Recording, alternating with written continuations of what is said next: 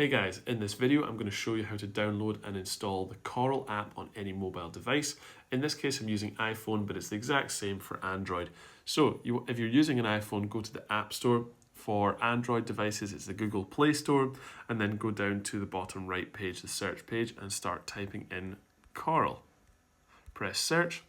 And there's always an advertisement for the betting apps on the top. Skip past William Hill and go to the Coral betting app right there. As I've downloaded this before, it doesn't say the word get, but it's got this cloud icon with a downwards pointing arrow. You want to click that. That's a download button, and a blue ring should start appearing. This is showing you the downloads progression. From there, the Coral app has fully downloaded on this device. To run the app, press the open button, and it's going to start running the new Coral app. Sending you notifications, don't allow. I always then, for location, I will always say allow while using the app.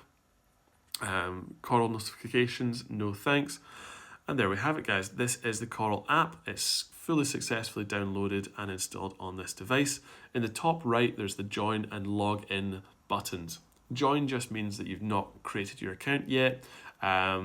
But login does mean if you already have your account, you can type in your username and password and start betting on Coral.